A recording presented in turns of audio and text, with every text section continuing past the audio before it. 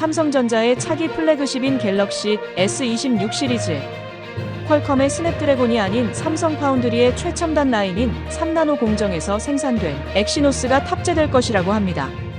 테슬라의 2나노 공정에서 생산되는 칩을 수주한 이후 엄청난 자신감을 보여주는 대목입니다. 관련하여 김지민 기자가 살펴봤습니다. 안녕하세요. 뉴스톡톡입니다. 오늘 저희가 함께 깊이 파고들 이야기는요, 바로 삼성전자를 둘러싼 아주 흥미로운 소식입니다.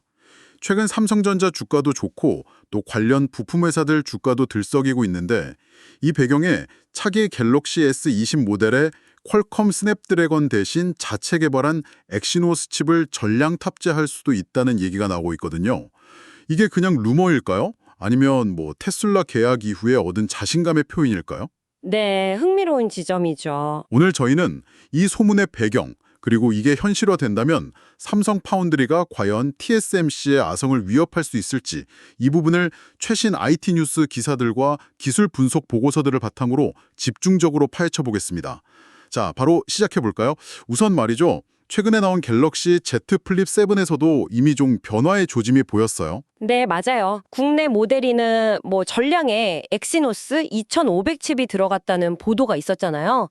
이게 삼성의 최첨단 3나노 공정으로 만든 건데, 당시 수율, 그러니까 제대로 만들어지는 비율이 30%대에 불과하다, 이런 지적도 있었는데도 강행을 했단 말이죠. 그렇죠. 이게 약간 수영 배우려고 일단 물에 뛰어드는 느낌, 그런 건가요? 양산 경험을 쌓으려는 결정이었을까요? 바로 그 점입니다. 여기에는 사실 몇 가지 중요한 이유가 있어요. 첫째는 역시 비용 절감, 그리고 퀄컴 의존도를 좀 벗어나려는 거겠죠. 퀄컴 칩 가격이 매년 최대 30%까지 오른다는 얘기도 있고, 이러면서 삼성 부담이 연간 10조 원 이상이라는 추정까지 나올 정도일까요? 10조요? 엄청나네요. 네, 자체 칩을 쓰면 당연히 원가를 낮출 수 있고 또 가격 협상력도 높일 수 있겠죠. 그리고 두 번째는 갤럭시 기기 자체의 최적화입니다. 아무래도 하드웨어랑 소프트웨어를 직접 통합하면 성능, 특히 요즘 중요한 AI 기능이나 카메라 처리 능력, 이런 걸 더 끌어올릴 잠재력이 생기는 거죠. 아, 그렇군요. 최적화. 근데 그 최적화라는 목표는 사실 이전 엑시노스 모델에서도 늘 있었던 얘기 아닌가요? 그렇죠. 그런데도 가끔 발열이나 성능 저하 논란 같은 게 좀 있었잖아요. 소비자들이 또 이것도 우리가 베타 테스터 되는 거 아니야? 이렇게 우려할 수도 있을 것 같은데, 이번에 뭔가 좀 확실히 다를 거다, 이렇게 기대해도 될 만한 부분이 있을까요? 네, 그 지적이 아주 중요합니다. 아마 과거에 그런 시행착오가 있었기 때문에 이번에는 더 철저히 준비하려고 할 겁니다. 최근에 유출됐다는 그 엑시노스 2600 벤치마크 점수 루머를 보면요. 일단 성능 목표치 자체는 상당히 높게 잡은 것 같아요. 아, 점수가 나왔어요, 벌써? 네, 루머이긴 하지만요.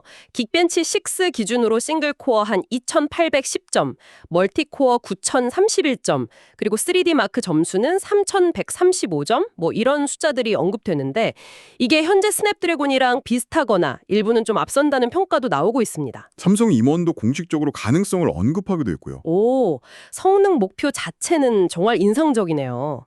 그럼 진짜 관건은 뭘까요? 비용 절감이나 최적화 같은 이런 좋은 점들이 있다면 넘어야 할 가장 큰 장애물, 채집 같은 건 볼까요? 네, 바로 그겁니다. 가장 큰 도전은 역시 엑시노스 2600에 적용될 걸로 보이는 차세대 2나노 공정의 수율입니다. 아, 2나노 수율? 네, 현재 업계에서는 이 수율이 한 10% 후반대, 이 정도에 머물러 있다고 보고 있거든요. 10% 후반대요. 그럼 쉽게 말해서 칩 10개를 만들면 한두 개 정도만 제대로 쓸 수 있다는 의미인데, 이 상태로는 수천만 대씩 팔리는 갤럭시 S 시리즈 물량을 제때 또 합리적인 비용으로 생산하는 게 거의 불가능하죠. 그렇죠. 이걸 획기적으로 개선하는 게 정말 최대 과제입니다. 이 2나노 칩의 성공 여부는 단순히 S26 한 모델의 문제가 아니에요. 삼성 파운드리가 TSMC에 맞서서 우리 기술력 이 정도다, 이렇게 증명하고 또 외부 고객까지 끌어들일 수 있느냐, 이걸 판가름할 어떤 시금석이 될 겁니다. 와, 정말 중요하네요. 그렇다면 이 모든 상황을 좀 종합해 볼 때 삼성이 정말 TSMC를 위협할 만한 위치에 올라설 수 있을까요? 아니면 이건 좀 너무 위험 부담이 큰 도박 같은 걸까요? 모든 칩을 한 바구니에 담는 것처럼 보이기도 하는데요. 맞습니다. 성공한다면 말씀하신 대로 삼성은 비용 절감, 기기 최적화, 그리고 파운드리 사업 신뢰도 상승이라는 이 세 마리 토끼를 다 잡는 셈이죠. 하지만 실패했을 때 시나리오는 더 뼈아픕니다. 과거의 그 성능 논란이 다시 불거질 수도 있고요. 또 낮은 수율 때문에 막대한 손실을 볼 수도 있고, 결국 다시 퀄컴의 손을 버려야 하는 상황이 올 수도 있고, 그렇게 되면 TSMC와의 격차는 더 벌어질 수도 있겠죠.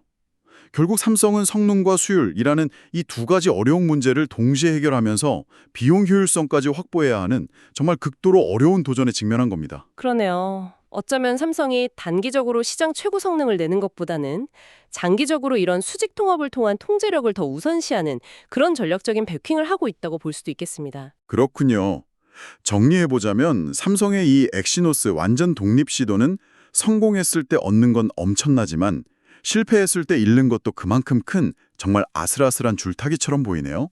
네, 맞습니다. 그래서 마지막으로 당신께 이런 질문을 한번 던져보고 싶습니다. 만약에요, 삼성이 이 도전에 성공해서 핵심 칩부터 완제품까지 모든 걸 자체적으로 통제하게 된다면 단순히 벤치마크 점수 경쟁을 넘어서서요, 예를 들어 AI 기능이라든지 아니면 카메라 경험 같은 실제 사용성 측면에서 어떤 독창적이고 혁신적인 경험을 만들어낼 수 있을까요?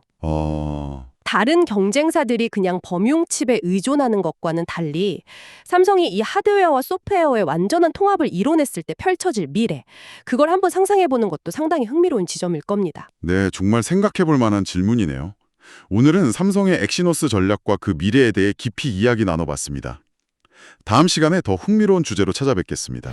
삼성전자가 최신 갤럭시 폰에 엑시노스를 성공적으로 적용시키면 기술력과 양산성을 모두 보여주는 확실한 사례가 될 것입니다.